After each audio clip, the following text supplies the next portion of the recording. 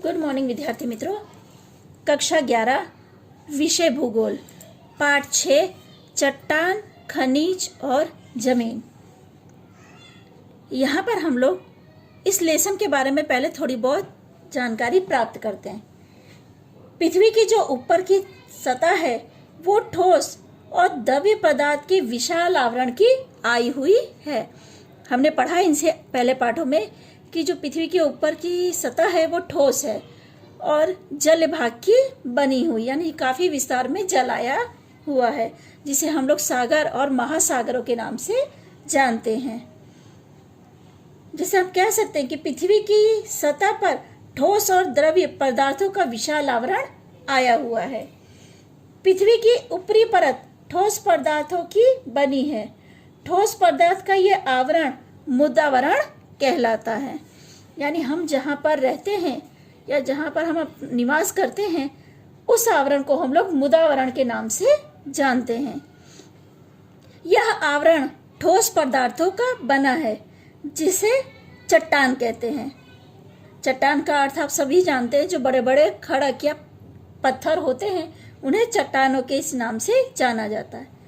इसी कारण ही ऊपर की परत को मुदावरण या चट्टान आवरण भी कहते हैं।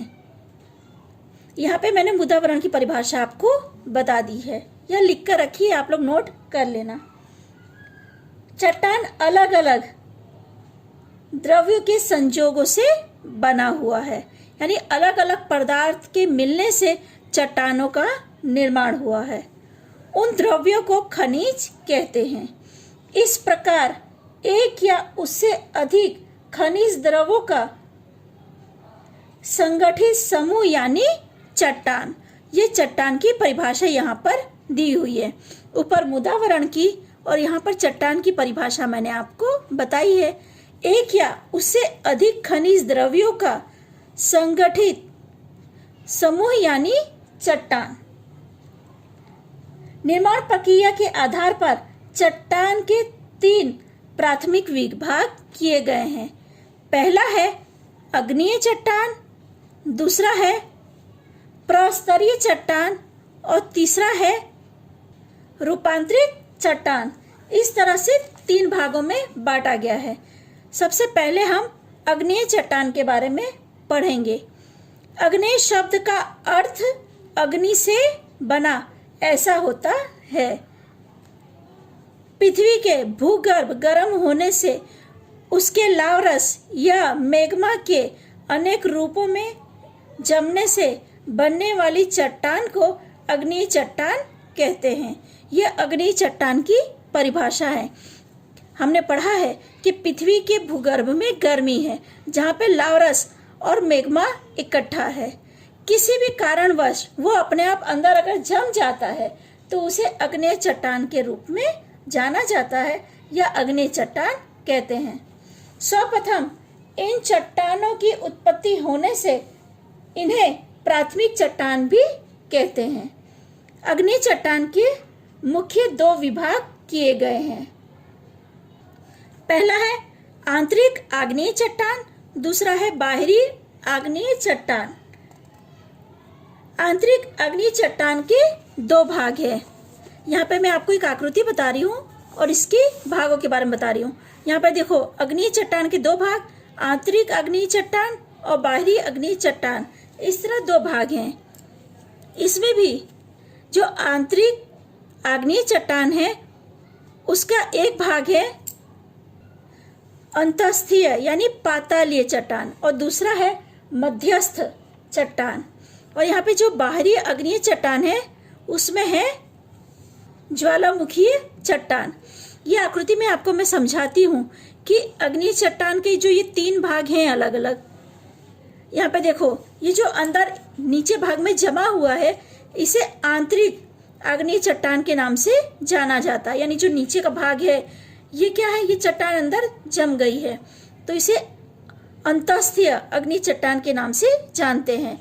और ये जो बीच के मध्य भाग में जमा हुआ है यानी जो लावा या मैग्मा बाहर आने की कोशिश करता है पर किसी कारणवश वो बाहर नहीं आ पाता, वो मध्य में ही जम जाता है, तो उसे मध्यस्थ अग्नीय चट्टान कहते हैं।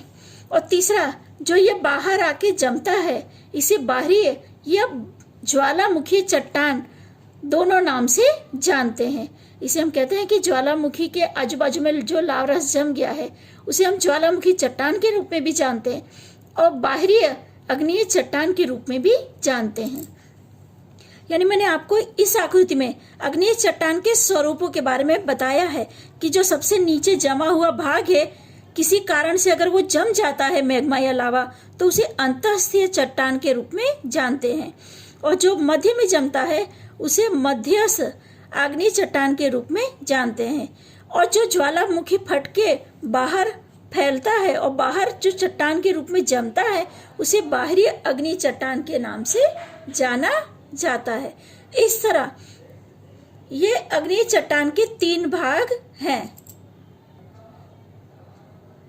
पहला टॉपिक है अंतःस्थीय अग्नीय चट्टान। ऐसे तो मैंने आपको आकृति में समझाया है, पर फिर भी इसके बारे में बताती हूँ। इस प्रकार के अग्नीय चट्टान की रचना मैग्मा के ठंडे होने से होती है। यानी मैग्मा जो ठंडा पड़ जाता है पृथ्वी के भूगर्भ में ही, उससे इस प्रकार की चट्टान की रचना होती है। मैग्मा यदि पृथ्वी के भूगर्भ में अथवा अधिक गहराई में जम जाता है तो इस प्रकार की चट्टान की रचना होती है। इसे अंतःस्थीय अग्नीय चट्टान कहते हैं। गर्मी का प्रमाण अधिक गहराई में अधिक होने से मैग्मा धीमे धीमे जम जाता है। यानी पृथ्वी के भूगर्भ में गर्मी है, गर्मी से लावा रस या मैग्मा बनता है, पर कई बार किसी कारणवश वो मैग्मा धीमे धीमे जम जाता है, जिनके कारण बनने वाली चट्टानों के बड़े आकार को स्फटिक देखने में आता है। कहने का अर्थ है कि उसे स्फटिक के नाम से जानते हैं, जो पृथ्वी के भूगर्भ के अंदर ही बड़ी बड़ी चट्टानों के आकार में हमको दिखती है। ग्रेनाइट चट्टान अंतःस्थीय अग्नेय चट्टान का उत्तम उदाहरण है। ग्रेनाइट हम सभी ने देखा है अपने घर में, रसोड़े में, या आप देखते हो टाइल्सों के रूप में हम जो चट्टान पत्थरों का उपयोग करते हैं उन्हें अग्नेय चट्टान कहते हैं। यानी वो चट्टान है पर उन्हें काट कर आकार देकर घर में हम लोग उपयोग करते हैं। रसोड़े पे जो हम पत्थर का उपयोग करते हैं वो अग्नेय चट्टान का उदाहरण है। अंतःस्थीय चट्टान दक्षिण भारत के पठार, राजस्थान और मध्य प्रदेश में देखने को मिलती है। यानी अंतःस्थीय अग्नीय चट्टान इन 3 भागों में सबसे अधिक देखने को मिलती है। ऐसा नहीं, और भी जगहों पे मिलती है, पर इन 3 जगहों पे अग्नीय चट्टान अधिक देखने को मिलती है, जिसे हम ग्रेनाइट के नाम से जानते हैं।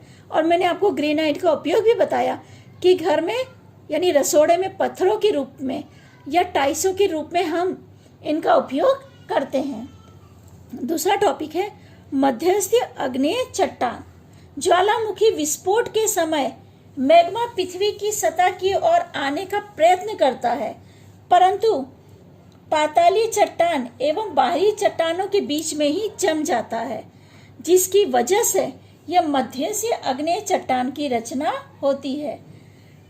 इन्हें हम सिल्क, डाइक, सील है बेटा, ठीक है, सील, डाइक, लोपोलिथ एवं लेकोलिथ जैसे स्वरूपों की रचना करता है।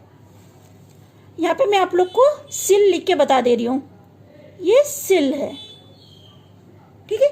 इस तरह की जो चट्टानें हैं इन्हें मध्यस्थ अग्नेय चट्टानों के नाम से जानते हैं। यानी मध्यस्थ चट्टानों का मैंने आपको समझाया, किसी कारणवश मैग्मा पृथ्वी पर आने की कोशिश करता है, पर बाहरी चट्टान और पाताली चट्टानों की वजह से वो बीच में ही जम जाता है, तो उसे मध्यस्थ अग्नेय चट्टान कहते हैं। तीसरा है बाहरी अग्नेय चट्टान। ज्वालामुखी विस्फोट के समय